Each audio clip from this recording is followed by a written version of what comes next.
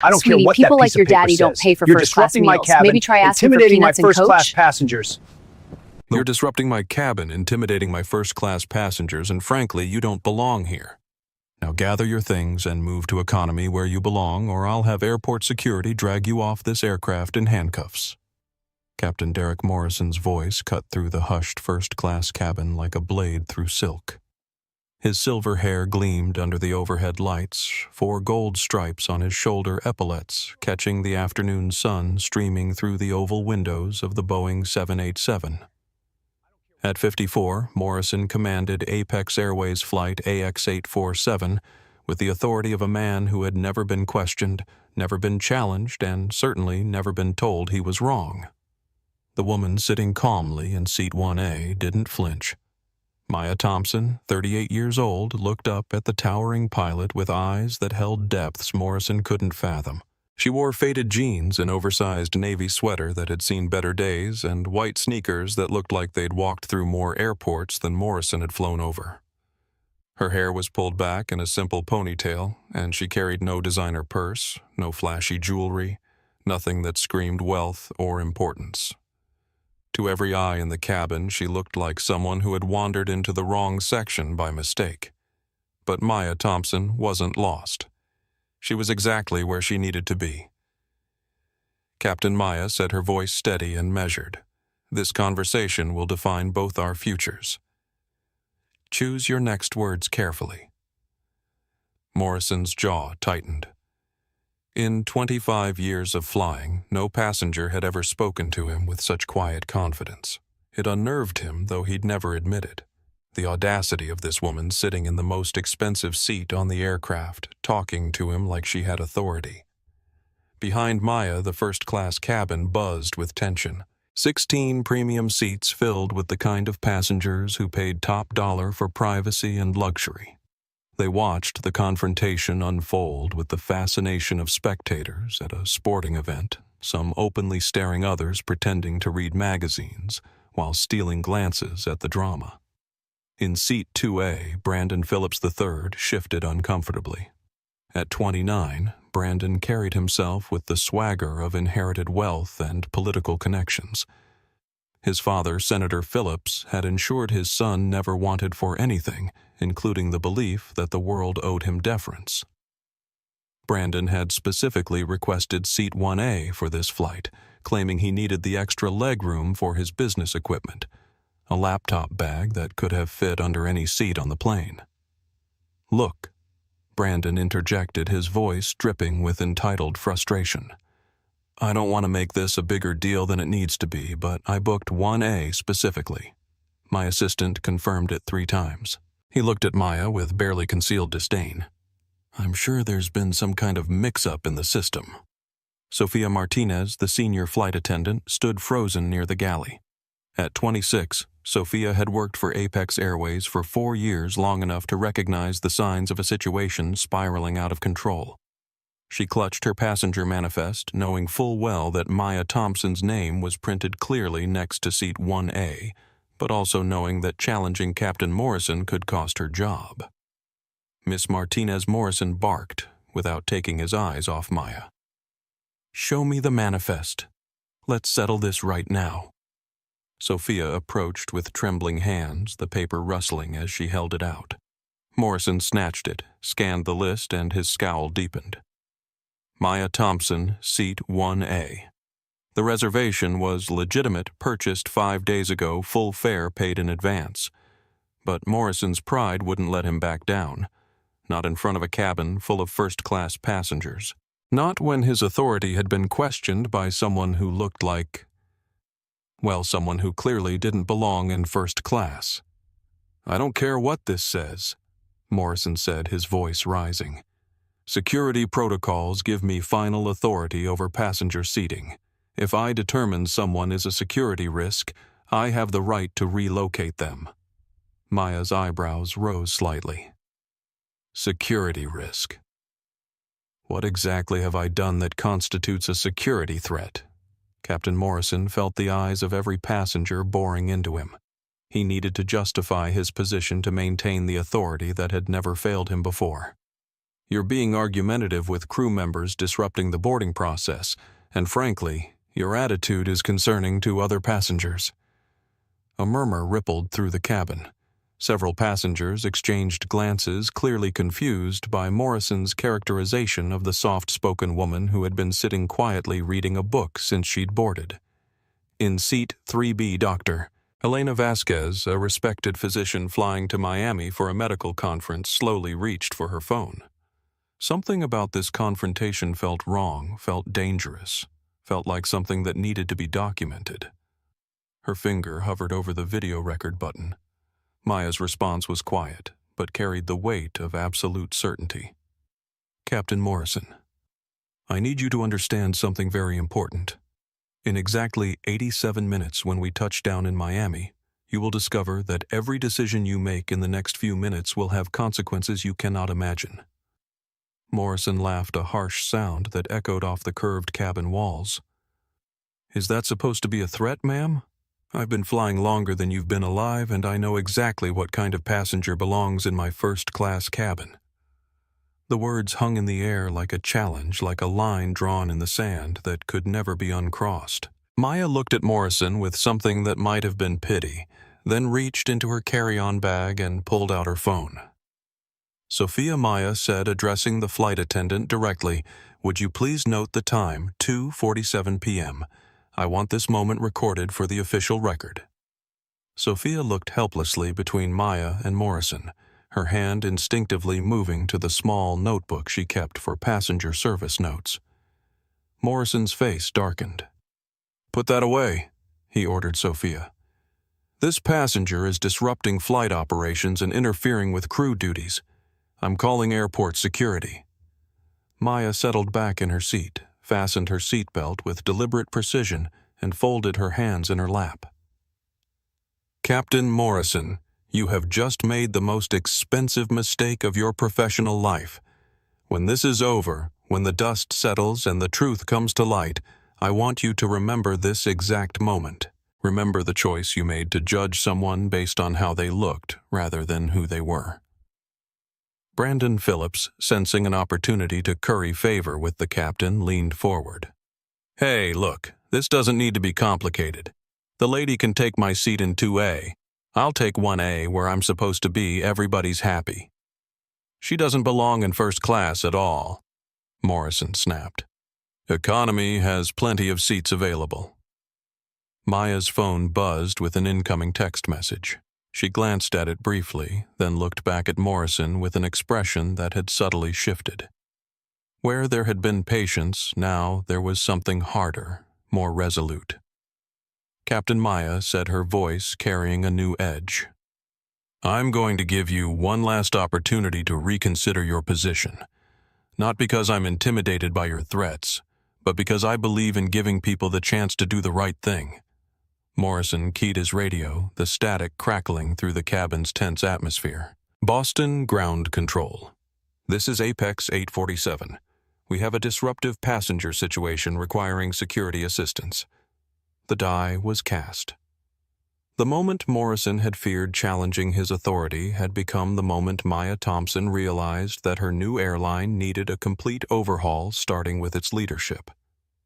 As Morrison lowered his radio, confident he had reasserted control, Maya reached for her phone again. This time she opened an app that no other passenger on the aircraft had access to. The Apex Airways executive portal that had been transferred to her control just 6 days earlier when the acquisition papers were signed. In exactly 87 minutes, Captain Derek Morrison would learn that the woman he had just humiliated, threatened, and falsely reported as a security risk owned every plane in the Apex Airways fleet, including the one he was standing in.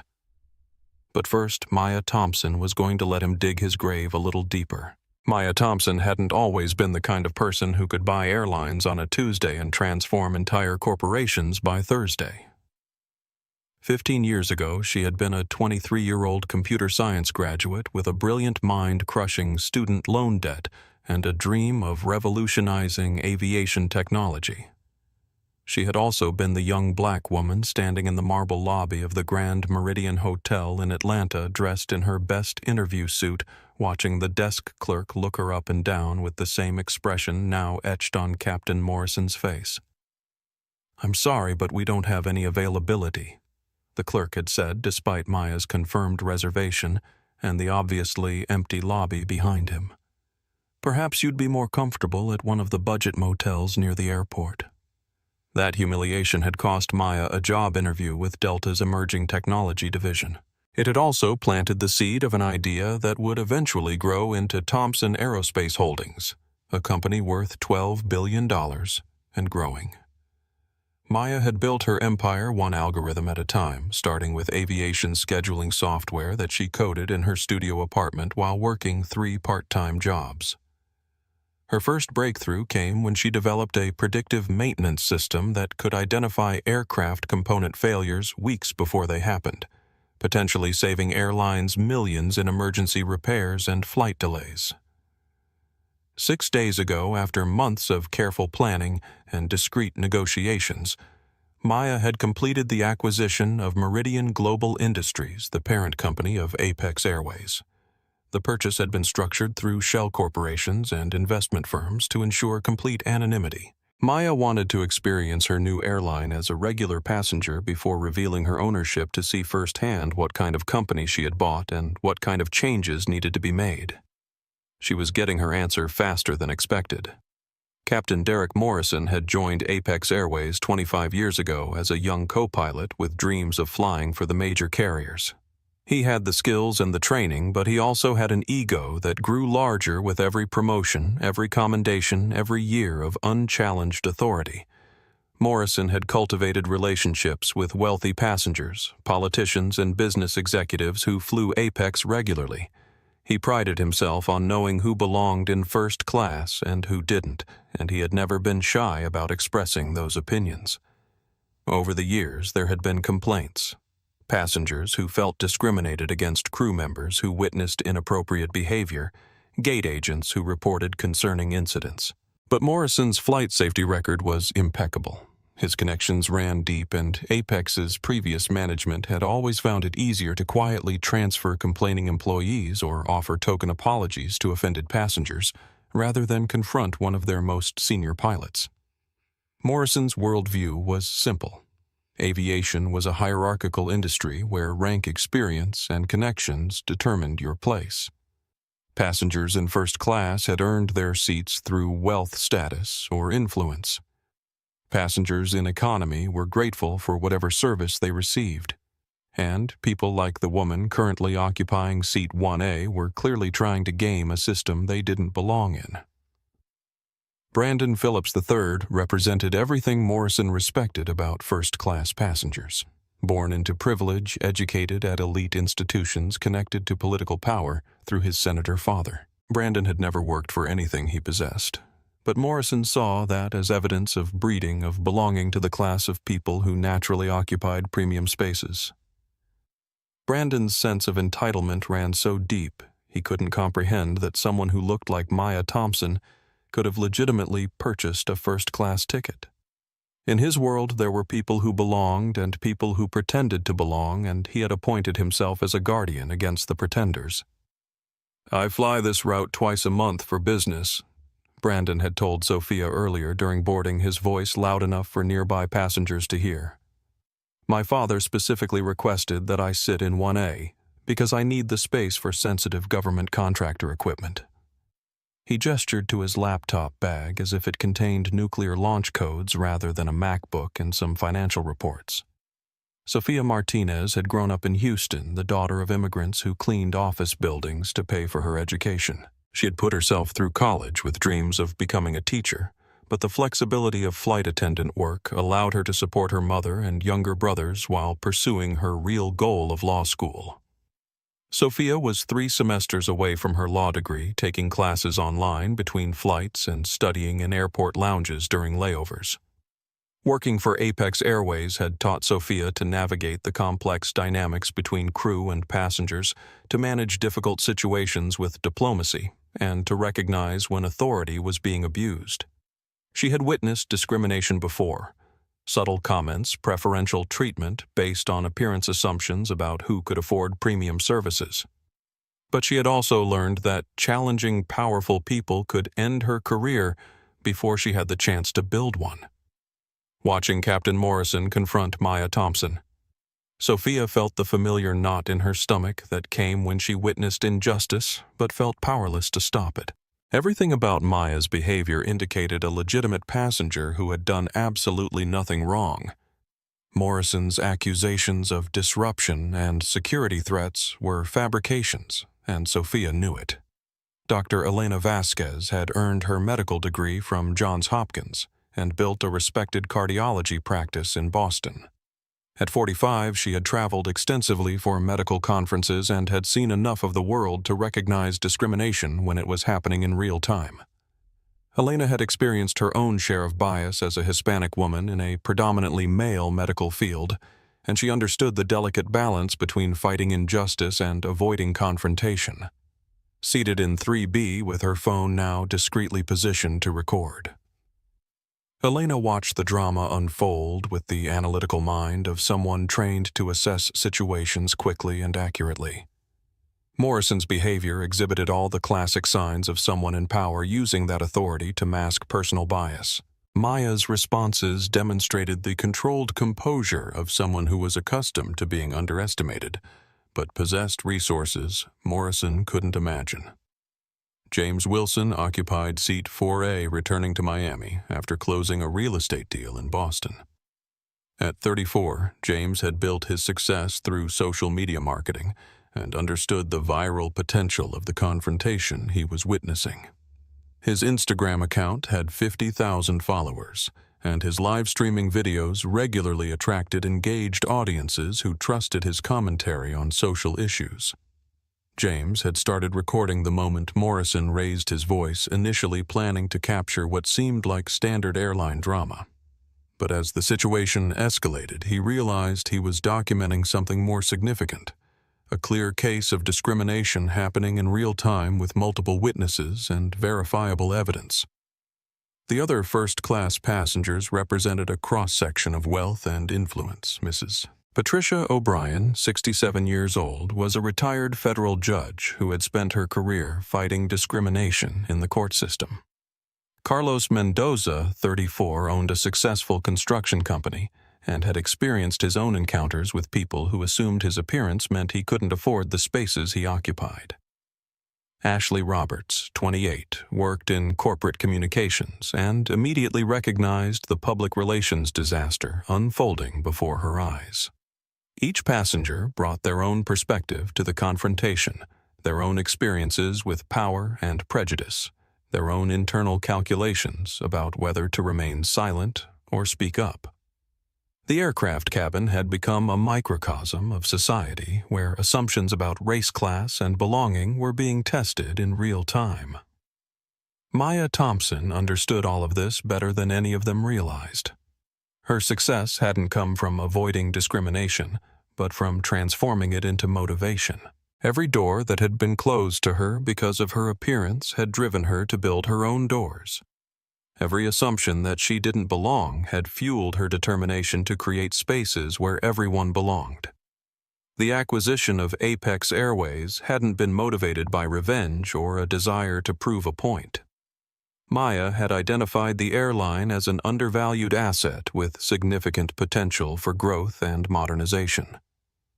But sitting in seat 1A, watching Captain Morrison fabricate security concerns to justify his bias, Maya realized that her new company's problems ran deeper than financial performance or operational efficiency.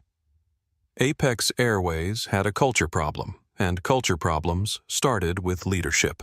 Morrison's radio crackled with a response from ground control. Apex 847 security is en route to your gate. Please hold position pending resolution.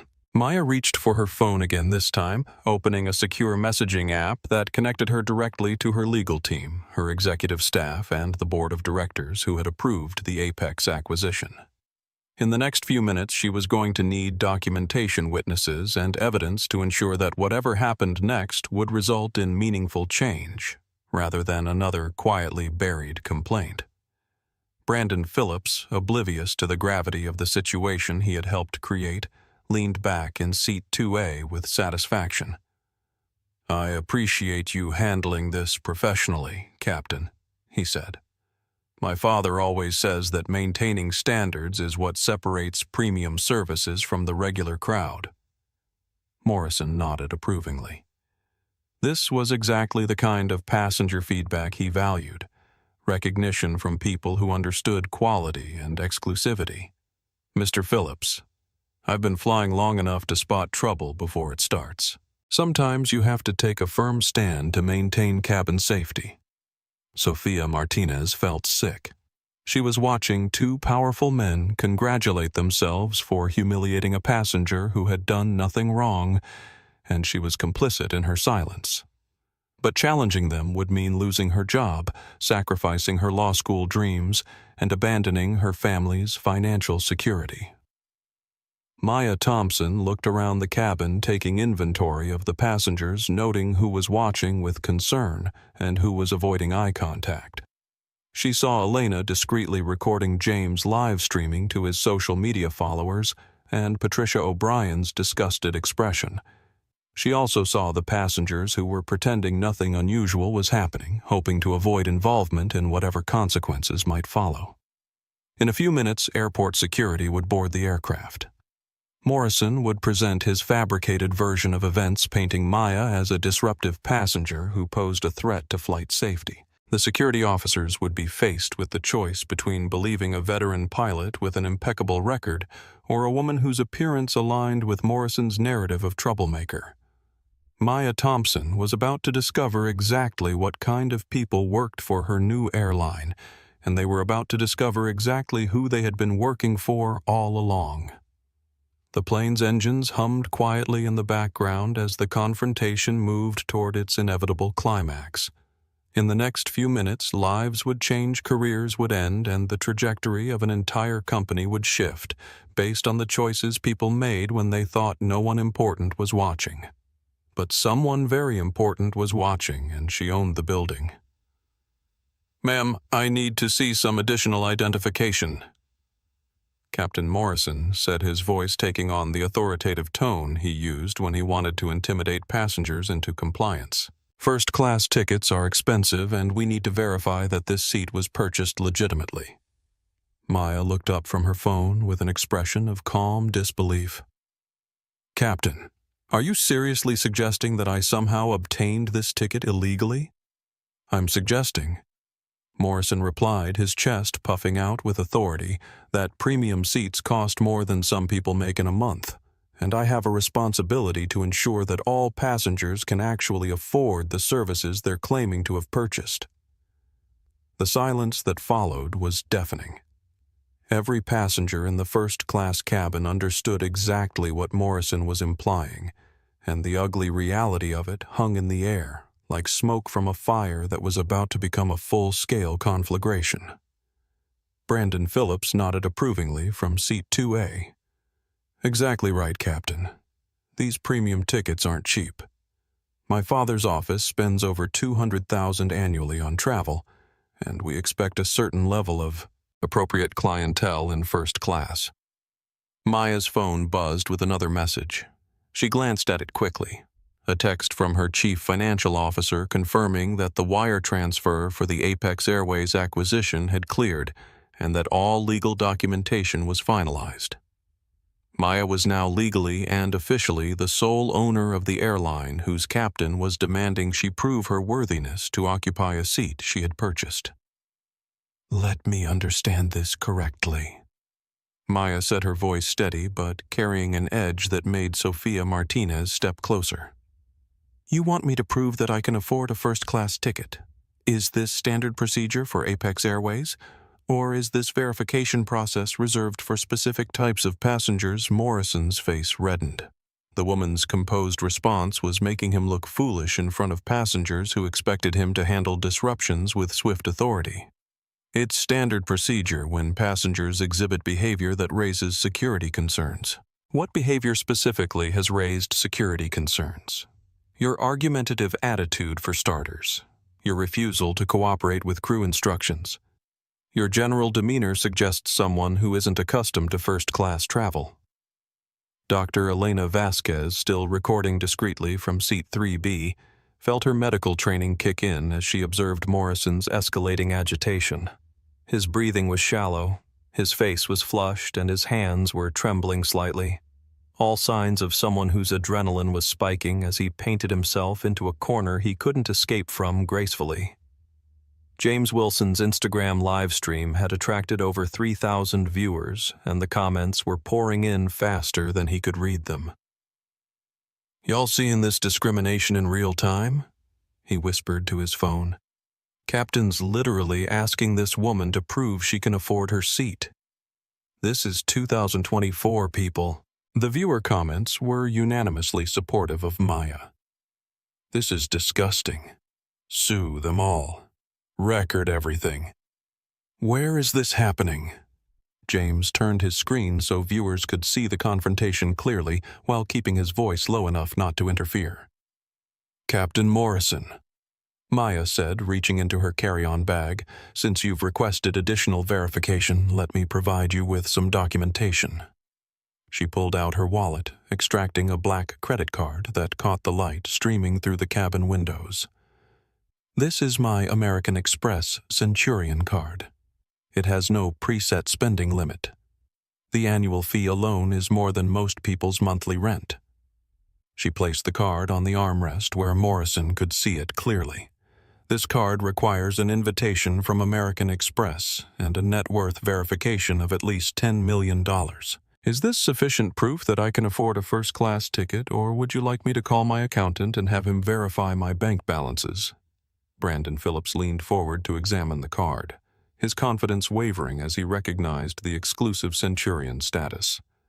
Only about 10,000 people in the United States possessed Black American Express cards, and Brandon's own Platinum card suddenly seemed inadequate by comparison. Morrison stared at the card, his certainty beginning to crack. But admitting error now would mean acknowledging that his judgment had been based on appearance rather than behavior, and his pride wouldn't allow that retreat.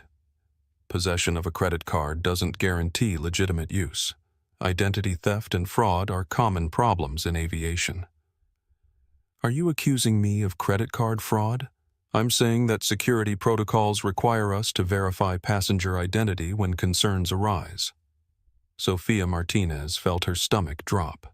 She had never witnessed a captain go this far to justify obvious discrimination, and she knew that Morrison was creating a liability nightmare for the airline. Every word was being recorded by multiple passengers, and every accusation was escalating the legal exposure that would follow. Maya looked around the cabin, making eye contact with several passengers who were clearly uncomfortable with Morrison's behavior. "Ladies and gentlemen, I apologize for this disruption to your travel experience. You're witnessing something that unfortunately still happens in 2024. A paying passenger being harassed because someone in authority has decided that her appearance doesn't match their expectations for first-class travelers." Mrs. Patricia O'Brien, the retired federal judge in seat 2C, spoke up for the first time.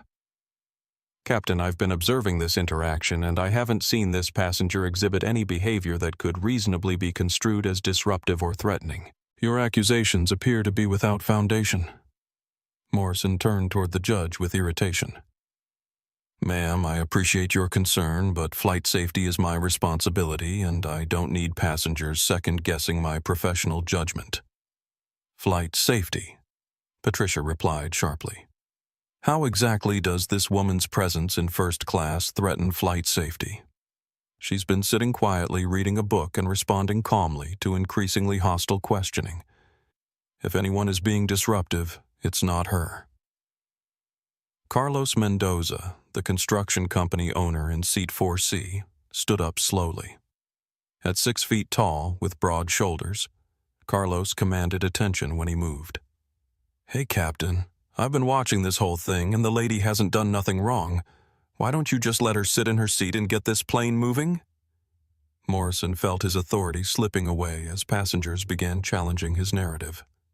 "Sir, I need you to take your seat immediately. Passengers standing during taxi operations is a safety violation." "We're not taxiing," Carlos responded. "We're sitting at the gate while you harass a woman for no reason." Ashley Roberts, the communications professional in seat 3A, was already mentally composing the social media posts that would follow this incident. She had witnessed enough corporate disasters to recognize when a company's reputation was about to implode in real time. Captain, speaking as someone who works in corporate communications, I strongly recommend you reconsider your approach here. This situation is being recorded by multiple passengers, and the optics are extremely problematic. Brandon Phillips. Sensing the mood shifting against Morrison, attempted to regain control of the narrative. "Look, everybody, let's stay calm. The captain is just following procedures. Maybe there's been a misunderstanding, but security protocols exist for a reason." "What security threat, doctor?" Elena Vasquez asked, her medical precision cutting through Brandon's diplomatic language. "Please identify the specific behavior that constitutes a security concern." Brandon fumbled for a response. "Well, she's being argumentative with the crew. She's responding to accusations and demands for documentation. That's not argumentative. That's appropriate pushback against harassment." Maya watched the dynamics shift as passengers began defending her against Morrison's increasingly indefensible position. She felt a mix of gratitude for their support and sadness that such support was necessary. These people were witnessing obvious injustice and choosing to speak up. But how many similar incidents occurred without witnesses, without recording devices, without passengers willing to challenge authority? Morrison keyed his radio again, his voice tight with frustration. "Boston Ground Control, Apex 847. Our disruptive passenger situation is escalating. We need security personnel immediately." The radio response was immediate. "Apex 847 security is approaching your aircraft now. Please stand by for boarding." Maya's phone buzzed with an urgent message from her head of security at Thompson Aerospace Holdings news outlets, picking up social media posts about incident on flight AX847. "Legal team standing by. Need guidance on response strategy." Maya typed back quickly. "Document everything. Full investigation once incident concludes. No public comment until we have complete picture." Sofia Martinez approached Morrison with desperate concern. "Captain, with all respect, I think this situation might be getting out of hand. The passenger has provided identification, she's been cooperative, and the other passengers are becoming upset. Maybe we should—" Miss Martinez, Morrison snapped. "I gave you a direct instruction to stop interfering with this security matter. One more word and you'll be written up for insubordination." Sofia felt tears of frustration building. She was watching injustice unfold in real time. Her career was potentially at risk for speaking up, and the passengers were looking to crew members to show leadership and moral courage. But challenging Morrison meant sacrificing everything she had worked for. Maya observed Sofia's internal struggle with compassion.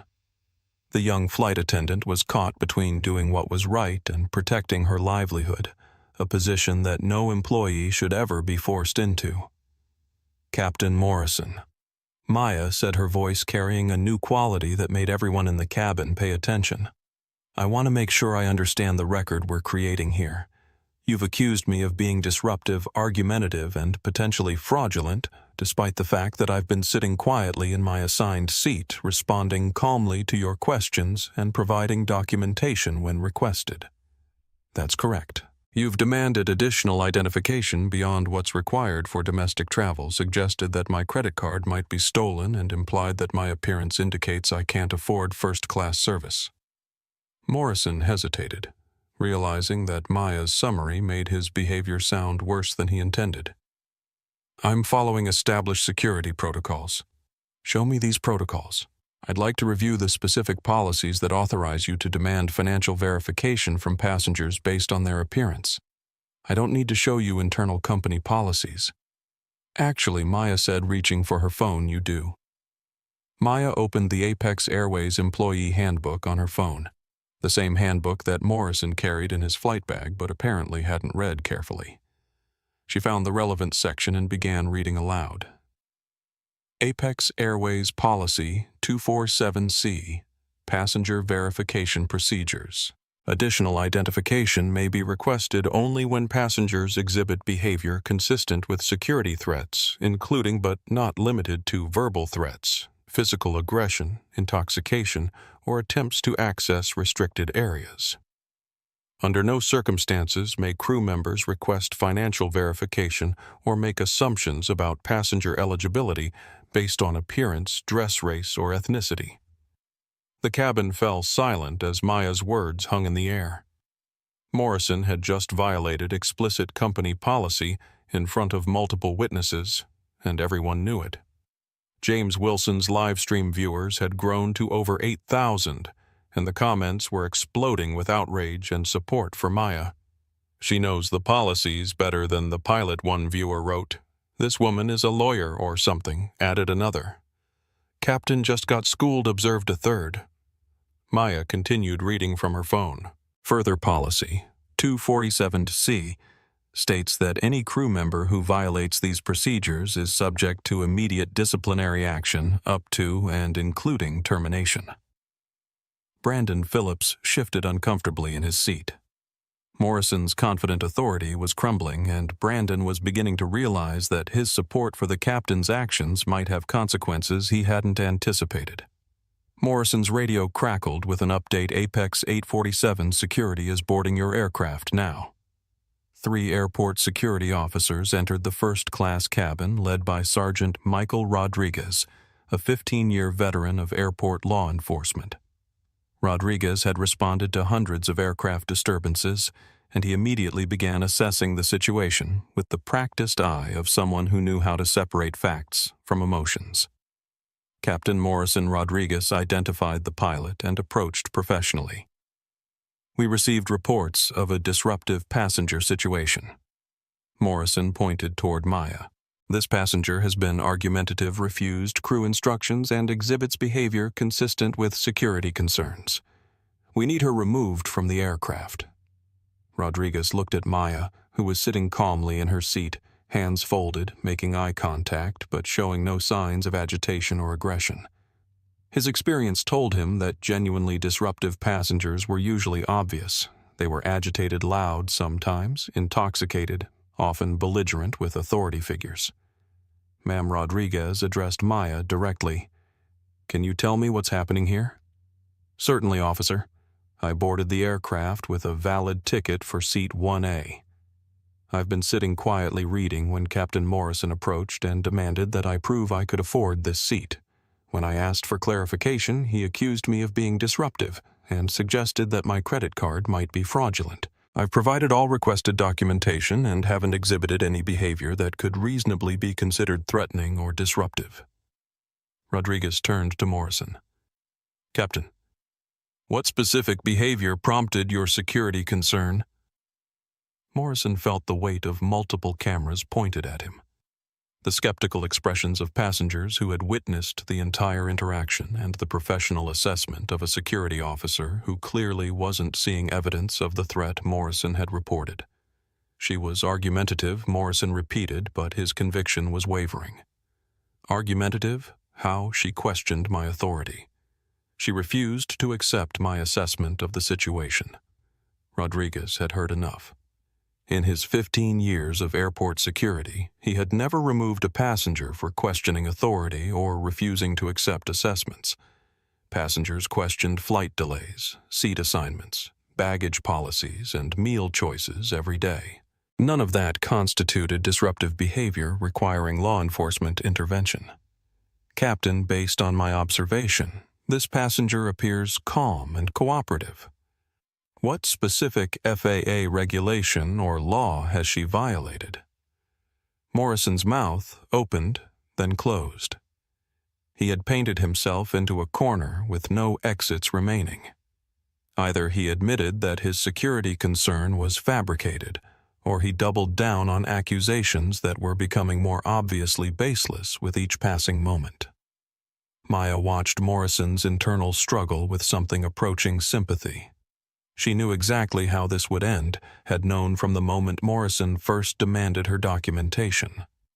But she also knew that some lessons could only be learned through experience, and Morrison was about to receive an education that would change the trajectory of his life forever. The aircraft cabin had become a courtroom with Morrison as the defendant, Maya as the victim, and 16 first-class passengers as the jury. The verdict was becoming increasingly obvious to everyone except the accused. Dr. Elena Vasquez had seen enough. As a physician, she was trained to document critical events with precision and clarity, and the confrontation unfolding before her qualified as exactly the kind of incident that required careful observation and detailed recording. Her phone, positioned discreetly against her purse, had captured the entire interaction from Morrison's initial accusations through Maya's policy recitation. But Elena wasn't the only passenger documenting the incident. The first-class cabin had become a digital courtroom where multiple witnesses were creating a comprehensive record of discrimination in real time. James Wilson's Instagram livestream had exploded to over 12,000 viewers, and the comments were cascading so rapidly he could barely track them. "This is absolutely disgusting behavior," wrote one user with the handle Justice Warrior 47. "That pilot needs to be fired immediately, added travel rights.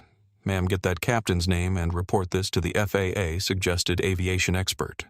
James had positioned his phone to capture both Morrison and Maya in the frame, providing his viewers with a clear view of body language and facial expressions that revealed more than words alone. Morrison's agitation was increasingly obvious. Flushed face, defensive posture, hands gesturing erratically as his justifications became more desperate. Maya's composure remained unshakable, creating a stark contrast that viewers immediately recognized. "Y'all, this is live discrimination happening on an airplane in 2024, James whispered to his audience. "This woman has done absolutely nothing wrong, and this pilot is trying to remove her from first class because of how she looks. Make sure you're recording this moment because this is exactly how bias operates in corporate America." Ashley Roberts, the communications professional, understood the viral potential of what she was witnessing.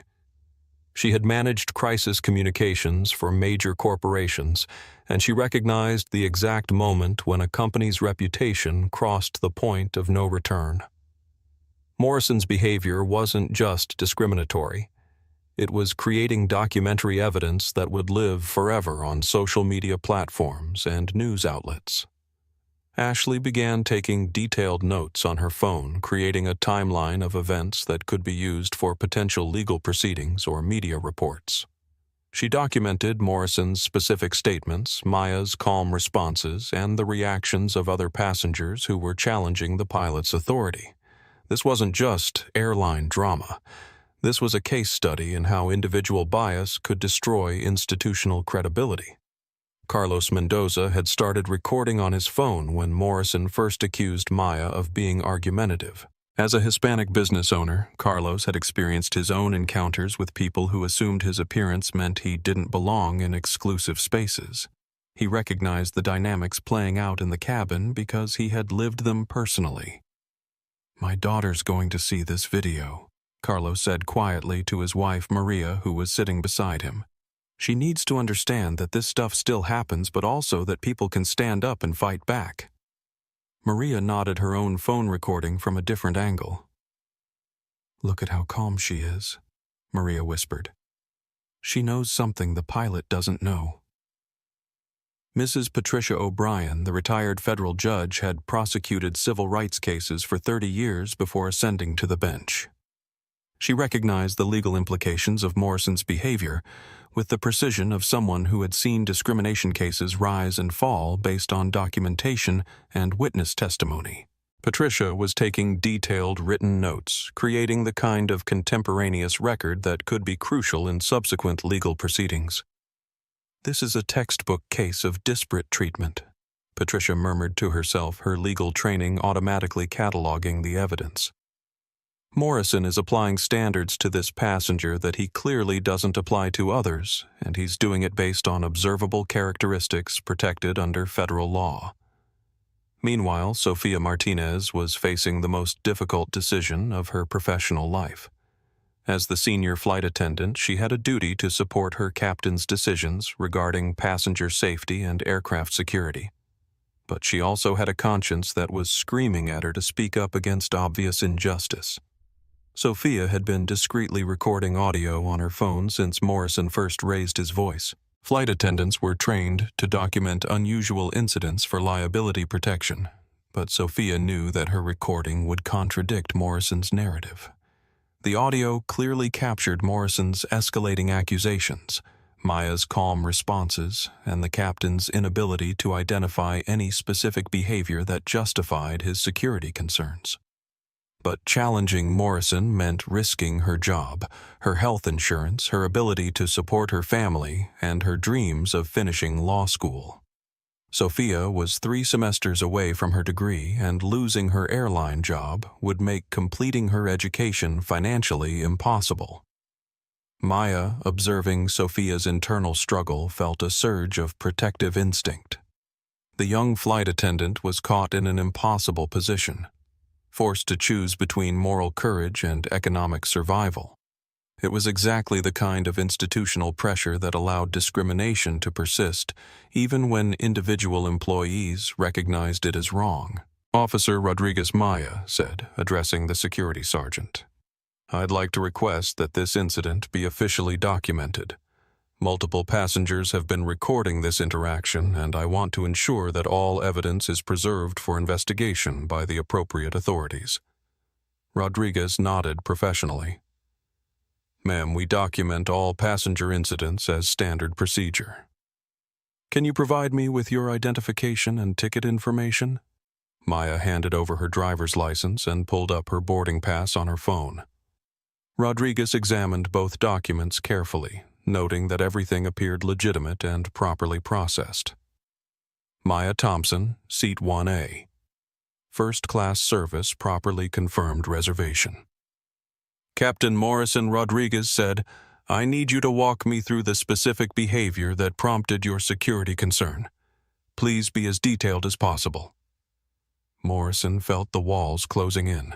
Multiple passengers were recording a federal security officer was demanding specifics, and his vague accusations were being examined under the harsh light of professional scrutiny. She was questioning my authority as captain. She refused to accept my judgment about passenger seating. Did she make any threats? No, but her attitude was concerning. Did she exhibit any aggressive behavior?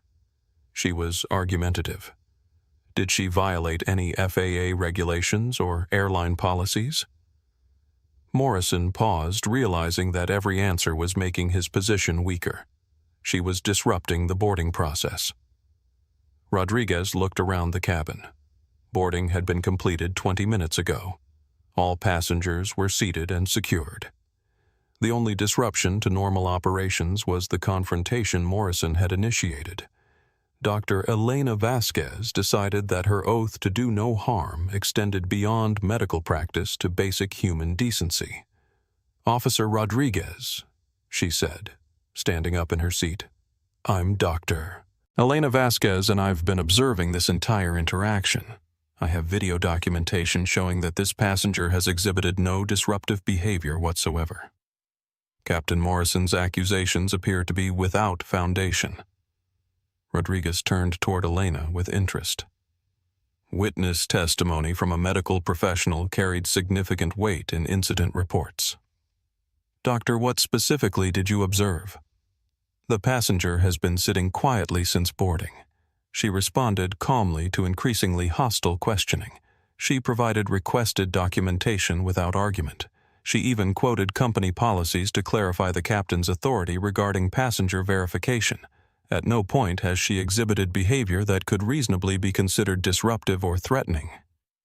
Elena held up her phone. "I have clear video documentation of the entire interaction, including audio of the captain's statements and the passenger's responses. If needed, I'm prepared to provide this evidence to aviation authorities or legal representatives." James Wilson's live stream audience had grown to over 15,000 viewers, and the story was beginning to spread across multiple social media platforms. Viewers were sharing the stream to Twitter, Facebook, and TikTok, creating a viral moment that was attracting attention from news outlets and aviation industry observers. Breaking discrimination incident on Apex Airways. Flight AX847, one user with the handle Breaking Aviation tweeted with a clip from James's stream. Pilot demanding first-class passenger prove she can afford her seat. Multiple witnesses recording. This is unacceptable. The hashtag Apex Discrimination was beginning to trend with social media users, sharing their own experiences of airline bias and expressing outrage at Morrison's behavior. Aviation industry reporters were taking notice, recognizing the potential for a major story about discrimination in commercial aviation. Maya's phone buzzed with updates from her media monitoring service. The incident was being discussed on Twitter by civil rights organizations, aviation industry publications, and travel bloggers who recognized the significance of what was unfolding. Her legal team was tracking the viral spread and preparing for the media attention that would follow.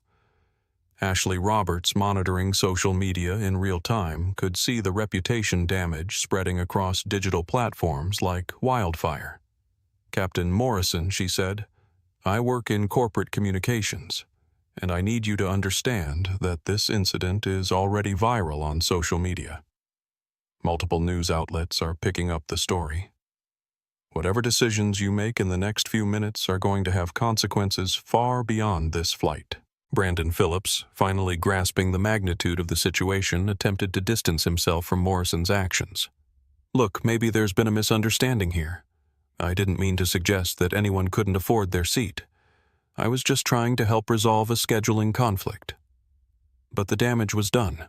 Multiple recordings captured Brandon's earlier statements supporting Morrison's discriminatory behavior, and his attempt at backtracking only highlighted his complicity in the harassment. Carlos Mendoza stood up again, his construction worker's frame commanding attention in the cabin. "Officer Rodriguez, I've been flying for business for 10 years, and I've never seen anything like this. This pilot is making stuff up to justify treating this lady badly, and everybody on this plane knows it." Maria Mendoza added her voice. "My husband is right. We've been watching the whole thing, and she hasn't done anything wrong. The pilot is the one being disruptive." Rodriguez was rapidly reaching his own conclusions about the situation. In his 15 years of airport security, he had developed reliable instincts about genuine security threats versus manufactured controversies. Morrison's behavior exhibited all the classic signs of someone fabricating justifications for personal bias. Maya watched the digital documentation unfold with professional interest. As a CEO who had navigated multiple corporate crises, she understood the power of social media to hold institutions accountable. But she also knew that viral moments without follow-through often resulted in temporary outrage followed by eventual forgetting. This incident wouldn't be forgotten because Maya Thompson was about to ensure that it resulted in fundamental changes that would prevent future discrimination. Sofia Martinez made her decision. Years of watching injustice while staying silent had prepared her for this moment, even if she didn't know it. "Captain Morrison," she said, her voice stronger than she felt, "I need to speak with Officer Rodriguez privately about what I've observed during this incident." Morrison's face went pale. Sofia was the senior flight attendant, and her testimony would carry enormous weight in any investigation. If she contradicted his narrative, his career was effectively over. "Miss Martinez, you are not authorized to discuss internal airline matters with external authorities." "Actually," Sofia replied, surprising herself with her own courage, "I'm required to report safety violations and policy breaches to appropriate authorities. That's in my employee handbook, which I actually read." Rodriguez nodded approvingly. "Miss Martinez, I'd like to hear your observations as a crew member who witnessed this incident." Maya felt a surge of pride watching Sofia find her voice. The young flight attendant was risking everything to speak truth to power, demonstrating exactly the kind of moral courage that Maya hoped to foster throughout her new company. The cabin had become a tribunal where evidence was being presented, witnesses were offering testimony, and the truth was emerging through the collective courage of people who refused to remain silent in the face of injustice. Morrison realized that his authority was evaporating in real time, documented by multiple cameras and observed by federal security personnel. But admitting error would destroy his career just as surely as doubling down on his false accusations. Maya Thompson was about to show him that some choices carried consequences regardless of which option he selected. Maya Thompson had been patient long enough. For 23 minutes she had endured accusations, demands for verification, and increasingly desperate attempts to justify obvious discrimination. She had watched Morrison dig himself deeper into a hole that would soon become his professional grave. She had seen Brandon Phillips expose his own entitled bias. She had witnessed Sofia Martinez find the courage to speak truth to power. Now it was time to end the charade. Maya stood up slowly from seat 1A, her movement commanding immediate attention from everyone in the cabin. At 5 feet 7 inches, she possessed the kind of presence that filled a room regardless of her physical stature. Her calm demeanor had never wavered, but now there was something different about her energy. A shift from defensive patience to quiet authority that made even Morrison pause in his escalating tirade. "Captain Morrison," Maya said, her voice carrying a new quality that made every passenger lean forward to listen. "You mentioned that you've been flying long enough to know who belongs in first class and who doesn't. You've demanded documentation to verify that I can afford this seat. You've suggested that my appearance indicates I'm not accustomed to premium travel." She reached into her carry-on bag and pulled out a sleek tablet computer, swiping it to life with the confidence of someone accessing familiar information. "Since you're so concerned about verification and documentation, let me provide you with some clarity about exactly who you've been harassing for the past 23 minutes. Morrison felt a chill of uncertainty. Something about Maya's tone had changed, and the shift made him profoundly uncomfortable. Other passengers sensed it too. The atmosphere in the cabin had become electric with anticipation. Maya touched the screen of her tablet and the Apex Airways executive portal opened, displaying a dashboard that no passenger should have access to. Company financial data, fleet management information, employee records, and operational statistics filled the screen in neat organized widgets that painted a comprehensive picture of airline operations. "Ladies and gentlemen," Maya continued, her voice now carrying the unmistakable authority of someone who was accustomed to commanding boardrooms and making decisions that affected thousands of people, "allow me to properly introduce myself." She turned the tablet screen toward Morrison, then slowly rotated it so other passengers could see the executive interface clearly displayed. At the top of the screen, in bold letters, was a welcome message: "Maya Thompson, Chairman and CEO, Apex Airways Group." The silence that followed was profound. For a moment, the only sound in the cabin was the steady hum of the aircraft's auxiliary power unit and the faint noise of ground crew preparing the plane for departure. Then, like a wave breaking against a shore, gasps and whispers erupted throughout first class. "Oh my God." Sofia Martinez breathed, her hand flying to cover her mouth as the full implications hit her. James Wilson's live stream exploded with activity as viewers realized what they were witnessing. She owns the airline," he whispered excitedly into his phone. "This pilot just tried to kick the CEO out of first class." The viewer count surged past 20,000 as people shared the stream across social media platforms. Dr. Elena Vasquez, still recording, captured Morrison's face as the reality sank in. The arrogant confidence drained from his features, replaced by dawning horror as he understood the magnitude of his mistake. "This can't be happening," he muttered, staring at the screen. Brandon Phillips went completely silent for the first time since boarding, his face cycling through confusion, disbelief, and mounting panic as he realized that his father's political connections wouldn't protect him from the consequences of harassing his family's new, most important business contact. Maya touched another section of her tablet, bringing up acquisition documents that clearly showed the purchase of Meridian Global Industries Apex Airways' parent company completed 6 days earlier. The purchase price was prominently displayed $3.2 billion paid in full through Thompson Aerospace Holdings. 6 days ago, Maya said, her voice now carrying the weight of absolute authority, I completed the acquisition of this airline through my company Thompson Aerospace Holdings. This purchase made me the sole owner of every aircraft in the Apex Airways fleet, including this Boeing 787 that you're currently commanding, Captain Morrison. Morrison's legs almost buckled. 25 years of flying, and he had never imagined a scenario where he would find himself confronting the owner of his airline in such circumstances. "Ma'am," he stammered, "if I had known who you were—" "Stop right there," Maya interrupted, her voice sharp with controlled anger. "That statement reveals exactly what's wrong with your thinking, Captain. You're suggesting that my treatment should depend on who I am rather than how I behave. You're admitting that you would have acted differently if you had known about my position, which means you've just confessed to treating passengers differently based on your assumptions about their status and importance." She stepped closer to Morrison, forcing him to look down at her, which somehow made him appear smaller and more diminished. "I want you to understand something very clearly, Captain.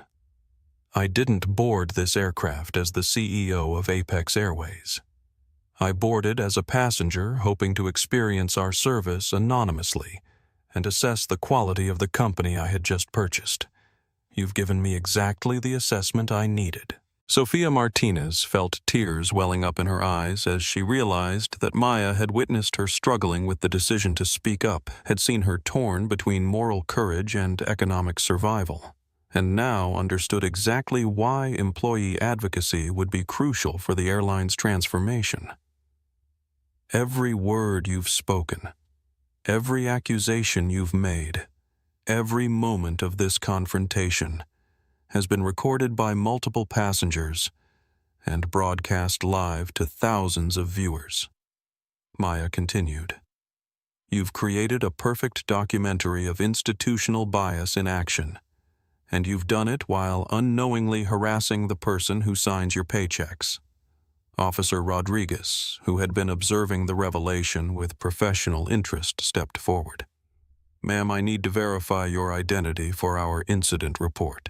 This situation has obviously taken on new dimensions." Maya handed Rodriguez her driver's license along with corporate identification that confirmed her position as chairman and CEO of Thompson Aerospace Holdings.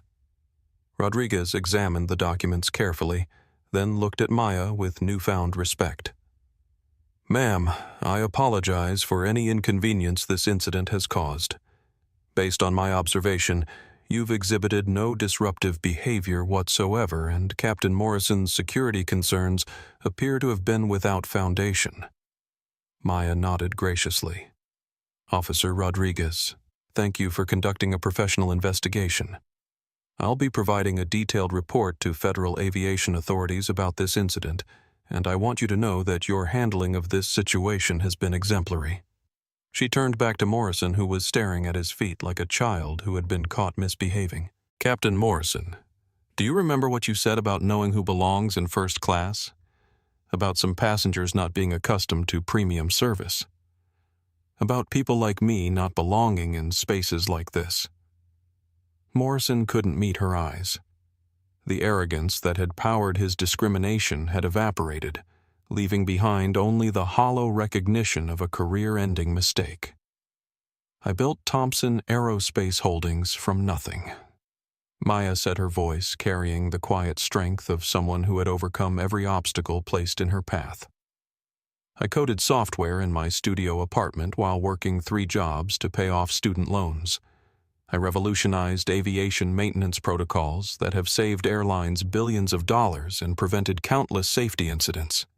I've earned every dollar of the fortune that allowed me to purchase this airline, and I've done it while facing people like you who thought they could determine where I belonged." Ashley Roberts, still taking detailed notes, recognized that she was witnessing a masterclass in corporate leadership. Maya wasn't just asserting her authority. She was demonstrating how power could be wielded with dignity and purpose, rather than petty vindictiveness. "Captain Morrison." Maya continued, "You are relieved of duty Effective immediately. Officer Rodriguez, I'll need you to escort Captain Morrison from this aircraft so that we can proceed with departure under competent leadership. Morrison's face crumpled as 25 years of flying ended in public humiliation and professional disgrace. Please, he whispered. I have a mortgage alimony payments, a pension that requires 5 more years of service. Flying is all I know. Maya looked at Morrison with something that might have been sympathy, but her voice remained firm. You should have considered those consequences before you decided to abuse your authority. Your employment with Apex Airways is terminated immediately, and I'll be recommending to federal authorities that your pilot's license be revoked for filing false security reports and engaging in discriminatory behavior that compromised flight safety. Brandon Phillips, realizing that his own behavior had been captured on multiple recordings, attempted damage control. Ms. Thompson, I want to apologize for any misunderstanding. I didn't realize... Mr. Phillips, Maya interrupted. You are permanently banned from all Apex Airways flights. Your behavior demonstrated exactly the kind of entitled discrimination that we will not tolerate from passengers. I suggest you find alternative transportation for your future travel needs. Brandon's face went white as he realized that his father's political career could be damaged by association with this incident. The viral nature of the confrontation meant that Senator Phillips would need to publicly distance himself from his son's behavior or face questions about his own values and judgment. Sofia Martinez, emboldened by Maya's demonstration of principled leadership, stepped forward. Ms. Thompson, I want you to know that I witnessed everything Captain Morrison did, and I have audio recordings of the entire incident. I was torn between speaking up and protecting my job, but watching you handle this situation with such grace has shown me what real leadership looks like. Maya smiled at Sofia with genuine warmth. Miss Martinez, you found your voice when it mattered most, despite the personal risks involved. That's exactly the kind of moral courage we need from our crew members. I want to discuss your career development opportunities once we land in Miami. Dr. Elena Vasquez stood up, still holding her phone with its incriminating video evidence. Ms. Thompson, as a physician and frequent traveler, I want you to know that this incident represents a widespread problem in the aviation industry. I have complete documentation of this discrimination, and I'm prepared to testify in any legal proceedings that may follow. Maya nodded appreciatively. Dr. Vasquez, I would welcome your testimony. Incidents like this don't happen in isolation. They reflect deeper cultural problems that require comprehensive solutions. James Wilson's live stream had reached nearly 30,000 viewers, and major news outlets were beginning to contact him about licensing rights to his video footage. The story was spreading across social media platforms faster than news organizations could track, creating a viral moment that would reshape conversations about discrimination in corporate America. Carlos Mendoza stood up and extended his hand toward Maya. Ma'am, I want to shake your hand. Watching you handle this situation with dignity instead of anger shows the kind of person you are. This airline is lucky to have you as an owner. Maya shook Carlos's hand firmly. Mr. Mendoza, thank you for speaking up when you saw injustice. That kind of moral courage from passengers is just as important as leadership from management. Mrs. Patricia O'Brien, the retired federal judge, approached Maya with her detailed written notes. Ms. Thompson, I've documented this entire incident from a legal perspective. Morrison's behavior constitutes clear violations of federal anti-discrimination laws, and his false security report could result in criminal charges. If you need expert witness testimony, I'm at your disposal. Maya accepted Patricia's notes gratefully. Your Honor, your legal expertise will be invaluable as we work to ensure this incident results in meaningful accountability rather than just temporary embarrassment. As Officer Rodriguez escorted Morrison off the aircraft, the disgraced pilot turned back toward Maya one final time. I'm sorry, he said quietly. I let my prejudices cloud my judgment, and I betrayed the trust that passengers placed in me. Maya looked at Morrison with measured consideration. Captain Morrison, I appreciate your apology. I hope you use this experience to examine your biases and work toward becoming a better person. But apologies don't undo discrimination, and personal growth doesn't erase professional consequences. The aircraft cabin, which had been filled with tension and conflict 20 minutes earlier, now buzzed with excited conversation as passengers processed what they had witnessed. They had expected routine travel, and instead had observed a master class in justice, dignity, and the power of truth to transform circumstances.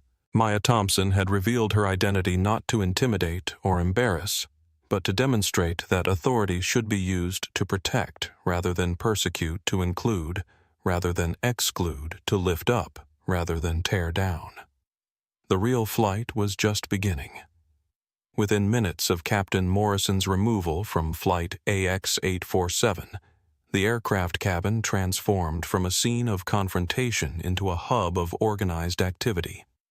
Maya Thompson, now operating in full CEO mode, moved with the precision of someone accustomed to managing crises and implementing rapid organizational changes. "Ladies and gentlemen," Maya announced to the first-class passengers, "I sincerely apologize for the delay and disruption to your travel plans. What you witnessed was completely unacceptable, and it does not represent the standards that Apex Airways will maintain going forward." She touched her tablet screen, accessing the airline's operational functions. "Our new captain, Rebecca Santos, will be boarding momentarily to complete our departure preparations. Captain Santos is one of our most experienced pilots, and she will ensure your safety and comfort for the remainder of our flight to Miami." Captain Rebecca Santos, a 34-year-old Hispanic pilot with 12 years of commercial aviation experience, entered the cabin 5 minutes later. Rebecca had been Maya's personally selected replacement for Morrison, a deliberate choice that demonstrated the new leadership's commitment to diversity and excellence over old boy networks and inherited privilege. "Good afternoon, everyone," Rebecca announced with confident professionalism. "I apologize for the disruption, and I want to assure you that we'll have you safely in Miami within the next 3 hours. Our crew has completed all pre-flight preparations, and we're cleared for immediate departure." Sofia Martinez, still processing the revelation that Maya owned the airline, approached Rebecca with renewed confidence. "Captain Santos, the cabin is secure and all passengers are seated. We're ready for departure whenever you are." Rebecca nodded approvingly. "Thank you, Sofia. I've heard excellent things about your professionalism, and I look forward to working with you." Maya observed the interaction between Rebecca and Sofia with satisfaction. This was exactly the kind of respectful, collaborative relationship that should exist between pilots and flight attendants, a partnership based on mutual respect rather than hierarchical intimidation. Meanwhile, James Wilson's live stream had become a social media phenomenon. His viewer count had surged past 40,000, and major news organizations were contacting him about licensing his footage. "Y'all, I can't believe what just happened," James told his audience. "This woman just fired the pilot who tried to kick her out of first class, and now she's running the airline like she owns it, because she literally does own it." The comments were exploding with reactions. "This is the best instant karma ever," wrote one viewer with the username Justice Seeker 23. "That pilot got exactly what he deserved. Added travel rights. Ms. Thompson handled that with such class and dignity," observed Inspiration Daily. Dr. Elena Vasquez had stopped recording but was now organizing her documentation for potential legal proceedings. As a physician, she understood the importance of maintaining detailed medical records, and she approached legal evidence with the same meticulous attention to detail. "Ms. Thompson, she said, I've documented this entire incident with video, audio, and written notes. If you need medical expert testimony about the psychological impact of discrimination, I'm prepared to provide it." Maya shook Elena's hand gratefully. "Dr. Vasquez, your documentation will be crucial for ensuring accountability. I want to make certain that this incident results in real change rather than just temporary consequences." Brandon Phillips sat in stunned silence, finally grasping the magnitude of his mistake. His phone had been buzzing with text messages from his father's chief of staff demanding immediate explanations for the social media posts that were beginning to tag Senator Phillips in connection with his son's discriminatory behavior. Ashley Roberts, the communications professional, approached Maya with professional respect. Ms. Thompson, I work in corporate communications, and I want you to know that your handling of this crisis has been exceptional. You've demonstrated how leadership should respond to discrimination, with firmness, dignity, and a commitment to comprehensive change. Maya appreciated Ashley's professional perspective. Thank you, Ashley. Crisis management isn't about controlling narratives. It's about addressing root causes and ensuring that problems are solved rather than hidden. Carlos Mendoza and his wife Maria were taking selfies with Maya, having asked permission to commemorate their experience witnessing justice in action. My daughter is going to be so proud when she sees this, Carlos said. She needs to know that people can stand up to bullies even when those bullies have authority. Maya posed for the photos graciously. Carlos, please tell your daughter that standing up for what's right is always worth the risk even when it feels scary. Mrs. Patricia O'Brien, the retired federal judge, was reviewing her detailed notes and preparing a formal legal assessment of the incident. Ms. Thompson, she said Morrison's behavior constitutes clear violations of federal civil rights laws. His false security report to airport authorities could result in criminal charges for filing a false police report. If you pursue legal action, this is an exceptionally strong case. Maya nodded thoughtfully. Your Honor, I want to ensure that the consequences extend beyond Morrison's individual punishment. This incident reveals cultural problems that require comprehensive solutions. Officer Rodriguez returned to the aircraft to complete his incident report. Now understanding that he had been investigating the harassment of the airline's owner by her own employee. Ms. Thompson, I need to inform you that Captain Morrison's false security report constitutes a federal crime. We'll be filing charges for making false statements to law enforcement and potentially for interference with commercial aviation operations. Maya appreciated Rodriguez's professional handling of the situation. Officer Rodriguez, I want you to know that your investigation was thorough and fair. You treated both parties with respect while gathering facts, which is exactly how these situations should be handled. Sofia Martinez was experiencing an emotional transformation as she processed the events of the past hour. For years, she had watched discrimination occur while feeling powerless to challenge it. Maya's example had shown her that moral courage was not only possible, but essential for creating change. Ms. Thompson. Sofia said, I want to thank you for showing me what real leadership looks like.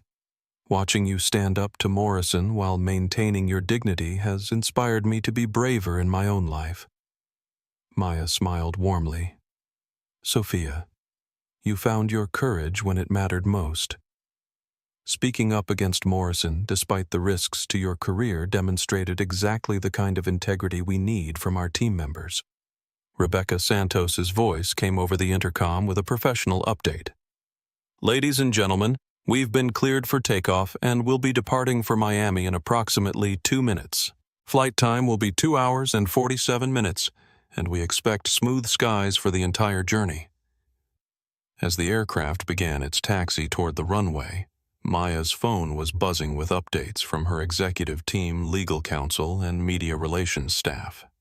The incident had become a viral sensation that was attracting attention from civil rights organizations, aviation industry, publications, and major news networks. Her chief operating officer texted news outlets requesting interviews. Legal team reviewing video evidence. Board of Directors expressing full support for your response. Stock price up 3% on positive social media reaction. Maya's head of human resources wrote, reviewing Morrison's employment file. Multiple previous discrimination complaints were settled quietly. Need immediate policy changes to prevent future incidents. Her general counsel messaged federal authorities investigating Morrison's false security report. Potential criminal charges pending. Recommend comprehensive discrimination audit of all airline policies. Maya began composing responses to her team while the aircraft accelerated down the runway. This incident would catalyze the comprehensive transformation she had envisioned for Apex Airways, but it would also serve as a model for how corporations should respond to discrimination within their organizations. James Wilson was providing live commentary as the plane took off. "We're wheels up, everybody." Ms. Maya Thompson just showed the world how to handle discrimination with grace and strength. That pilot thought he could intimidate her because of how she looked, but she owned the whole airline. This is instant karma at its finest. His viewers were sharing clips across social media platforms, creating a viral moment that would reach millions of people within hours. The hashtag MayaOwns. This was trending on Twitter, with users celebrating Maya's composed response to obvious discrimination. Dr. Elena Vasquez was already planning to use this incident as a teaching moment for her medical students. Discrimination isn't just about individual prejudice, she would tell them. It's about systems that allow bias to operate unchecked until someone with power decides to change them. Brandon Phillips was frantically texting his father's staff, trying to minimize the political damage from his association with Morrison's discriminatory behavior.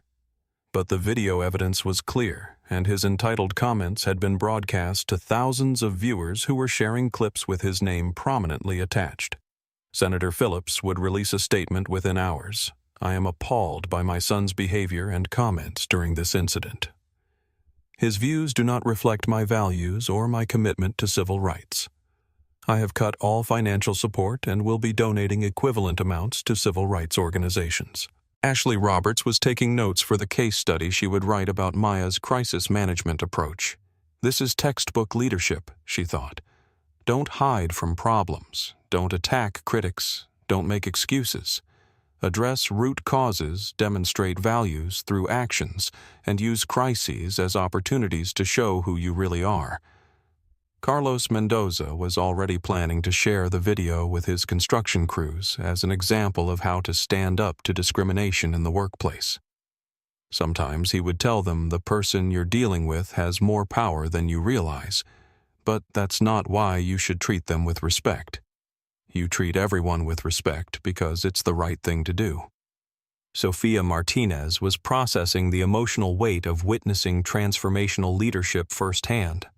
Maya hadn't just fired a discriminatory employee. She had shown Sofia that moral courage was possible even in situations where speaking up carried personal risks. Mrs.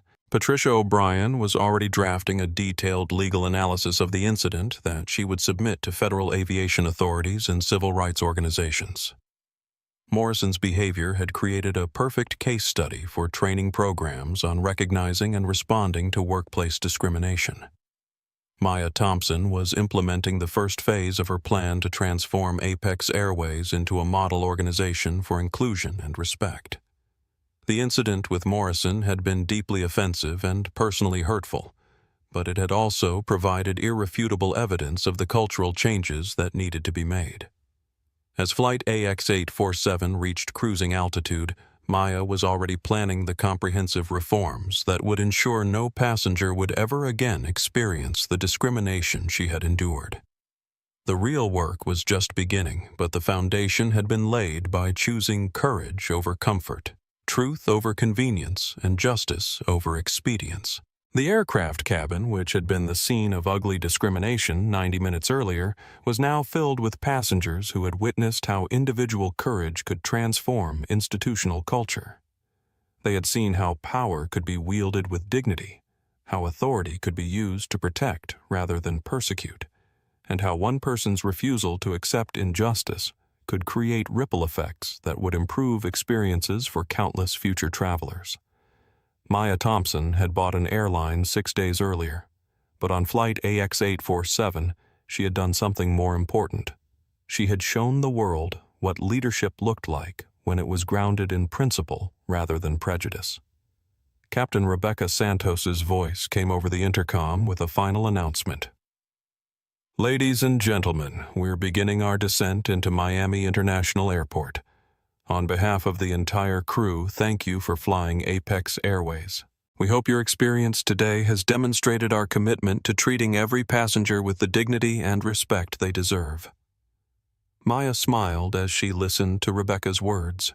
That was exactly the message she wanted every Apex Airways flight to communicate, not through marketing slogans or corporate PR, but through the genuine respect and professionalism that every passenger deserved to experience.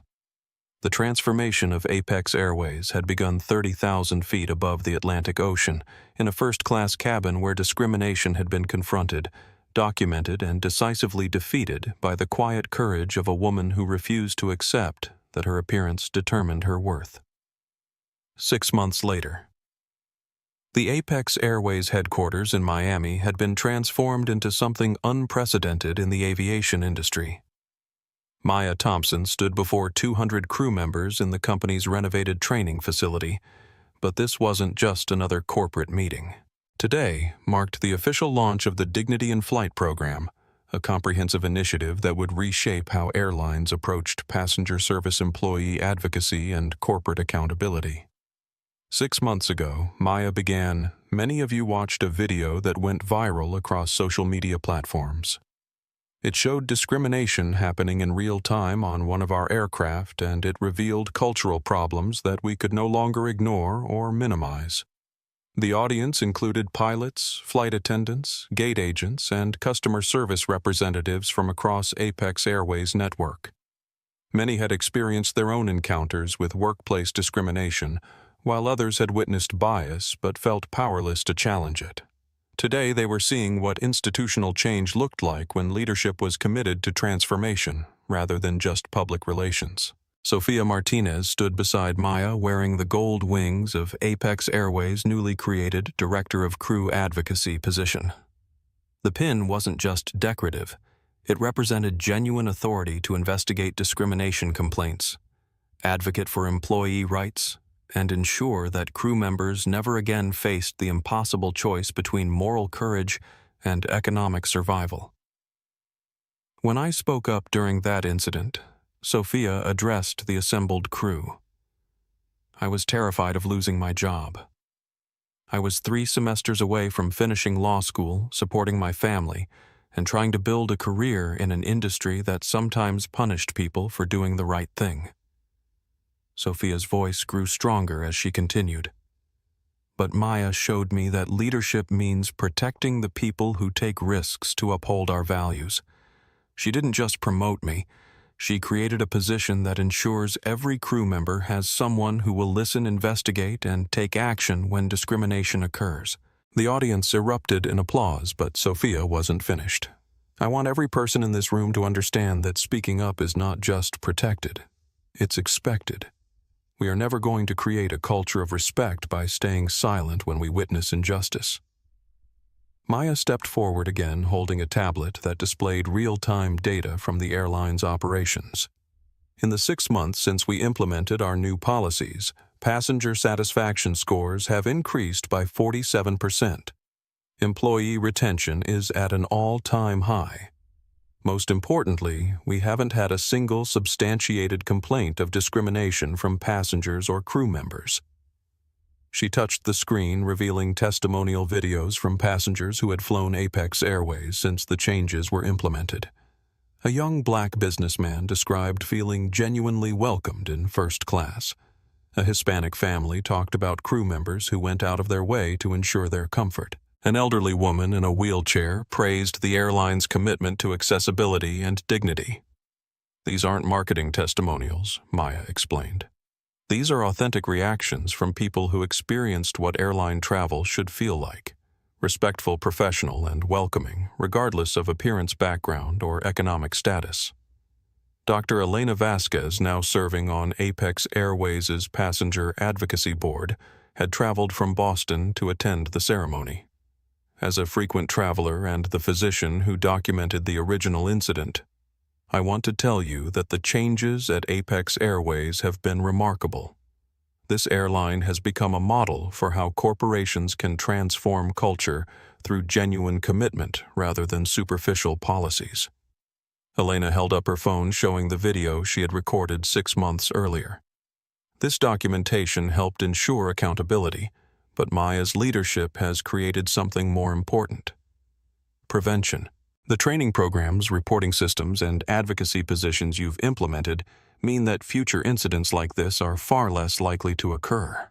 The training facility's walls displayed before and after statistics that told the story of organizational transformation. Diversity in leadership positions had increased by 60%. Employee satisfaction scores had risen from below industry average to best in class. Customer complaints about service had dropped by 85%, while compliments and commendations had increased dramatically. James Wilson, the passenger whose live stream had made the original incident viral, had been invited to speak about the power of documentation and social media accountability. "Y'all, when I started recording that day, I thought I was just capturing another example of airline drama," he told the audience. But what Ms. Thompson did with that moment changed everything. James's followers on social media had grown to over 200,000, and he had become an advocate for passenger rights and corporate accountability. The video didn't just show discrimination happening. It showed how one person with courage and integrity could transform an entire company. Ms. Thompson didn't just fire a bad employee. She rebuilt the whole system that allowed that employee to operate unchecked. Carlos Mendoza and his wife Maria had flown from their home in Texas to attend the ceremony. Carlos, who had stood up to Captain Morrison during the original incident, now served on a passenger advisory committee that helped Apex Airways understand the experiences of diverse travelers. When I spoke up on that flight, Carlos told the audience I was thinking about my daughter. I wanted her to see that people can challenge authority when it's being abused, even when it feels scary or risky. Maria nodded, adding, "Our daughter watched the viral videos, and now she talks about becoming a pilot herself. She says she wants to work for an airline where everyone is treated with respect, and Apex Airways has become exactly that kind of company." Mrs. Patricia O'Brien, the retired federal judge, had provided legal consultation during Apex Airways' policy transformation. "In my 30 years prosecuting civil rights cases," she said, "I've seen many organizations promise change after discrimination incidents. Most implement cosmetic improvements that fade over time. Apex Airways has done something different. They've created structural changes that make discrimination operationally difficult and career-ending for anyone who attempts it." Patricia gestured toward a display showing the airline's new policies. Anonymous reporting systems, mandatory bias training, diverse hiring practices, and employee advocacy positions aren't just policy statements. They're enforced systems with real consequences and genuine support from leadership. Maya looked out at the audience of crew members who would be responsible for implementing these changes across Apex Airways' entire network. 6 months ago, I experienced discrimination on my own airline because a pilot decided that my appearance indicated I didn't belong in first class. Today, we're launching programs that ensure no passenger and no employee will ever again be judged by anything other than their behavior and their character. She touched her tablet screen again, bringing up the final piece of the day's presentation.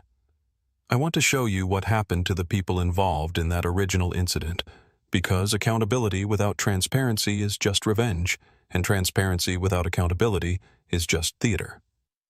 Captain Derek Morrison's photograph appeared on the screen, followed by a summary of the consequences he had faced. Captain Morrison's pilot license was permanently revoked by federal aviation authorities. He was criminally prosecuted for filing false security reports and convicted of discrimination in employment. He currently works in airport baggage handling, and according to recent reports, he has become an advocate for anti-discrimination training in the aviation industry. Maya's voice carried no satisfaction or vindictiveness as she described Morrison's fate. Morrison's consequences were severe because his actions violated federal law and endangered passenger safety. But the goal was never punishment for its own sake. It was ensuring that similar incidents couldn't happen in the future. Brandon Phillips's photograph appeared next. Mr. Phillips was permanently banned from Apex Airways and faced federal charges for interference with flight operations. His father, Senator Phillips, publicly disowned his behavior and has since become a sponsor of federal anti-discrimination legislation in transportation. Brandon Phillips has completed court-mandated diversity training and now works with civil rights organizations to educate young people about the consequences of prejudice. Sofia Martinez stepped forward for the final part of the presentation. Ms. Thompson didn't just change policies, she changed lives. My promotion to Director of Crew Advocacy allowed me to complete law school with company support.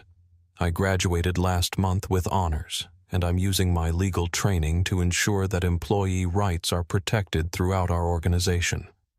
Sofia's voice grew emotional as she continued. But the most important change isn't in titles or positions. It's in culture. Crew members know they can speak up without fear. Passengers know they'll be treated with respect regardless of their background. And everyone knows that discrimination has real consequences. Maya approached the podium for her final remarks, looking out at an audience that represented the future of aviation. Diverse, committed, and empowered to create positive change. Ladies and gentlemen, the incident on Flight AX847 was painful and offensive, but it became the catalyst for transformation that will improve travel experiences for millions of people. She paused, thinking about the journey that had brought her from a discriminated passenger to a transformational leader. I didn't buy this airline to prove a point about my own worth. I bought it because I saw potential for excellence that was being undermined by outdated attitudes and inadequate policies. The discrimination I experienced revealed problems, but it also revealed opportunities. Maya's voice carried the quiet strength that had sustained her through years of building her business empire. Today, Apex Airways stands as proof that corporations can choose to be forces for justice rather than perpetrators of bias.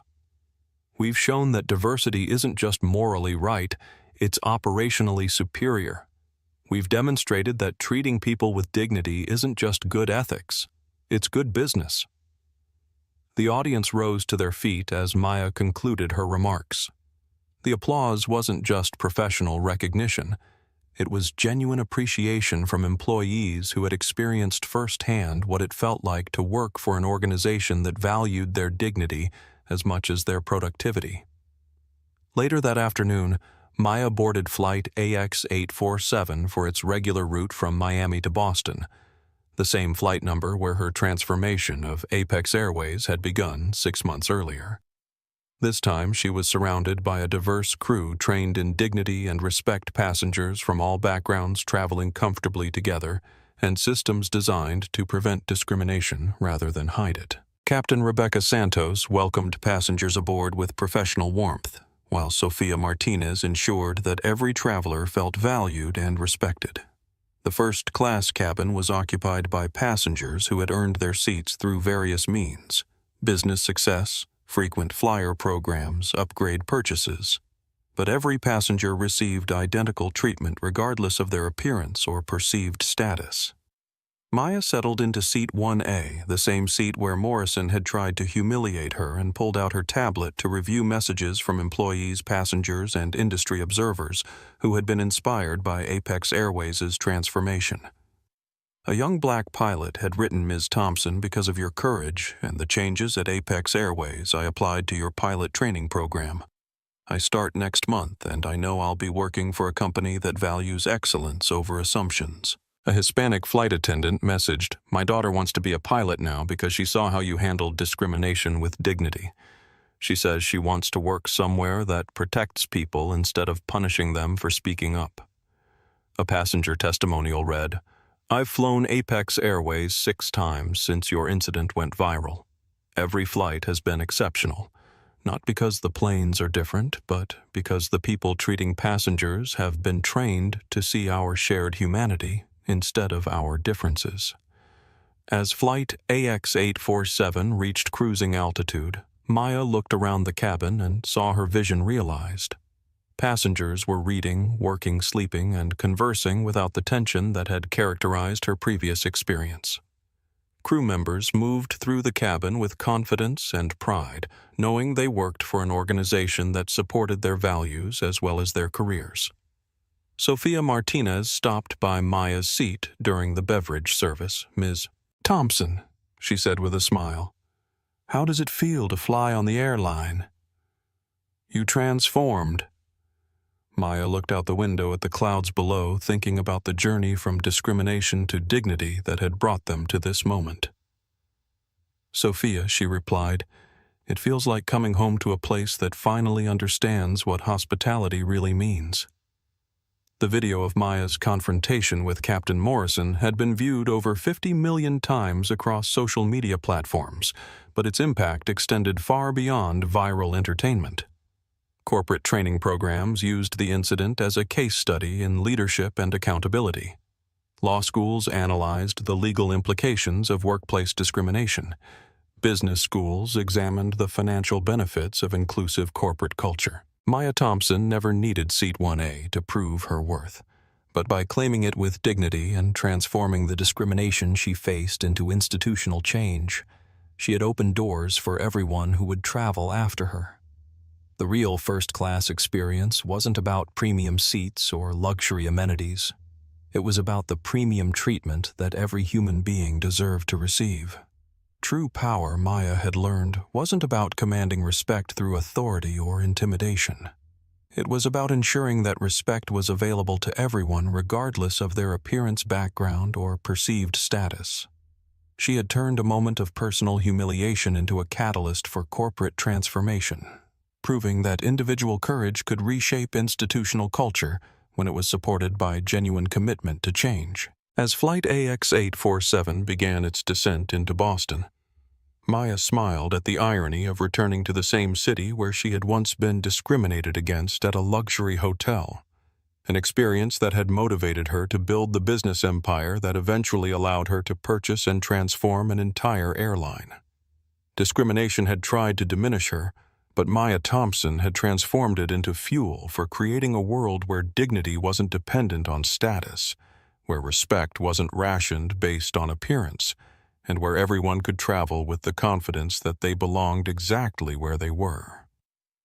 The engines hummed quietly as they approached landing, carrying passengers who might never know that their comfortable, respectful travel experience had been made possible by one woman's refusal to accept that her worth could be determined by anyone other than herself. Before we conclude this story, I want to ask you something. Have you ever been told you don't belong somewhere you had every right to be? Share your experience in the comments because stories like these remind us that dignity is never negotiable. If this story moved you, hit that like button and subscribe to our channel for more stories of justice and inspiration. Share this video with someone who needs to remember their own worth, and let's build a community where everyone understands that true first class isn't about your seat. It's about treating every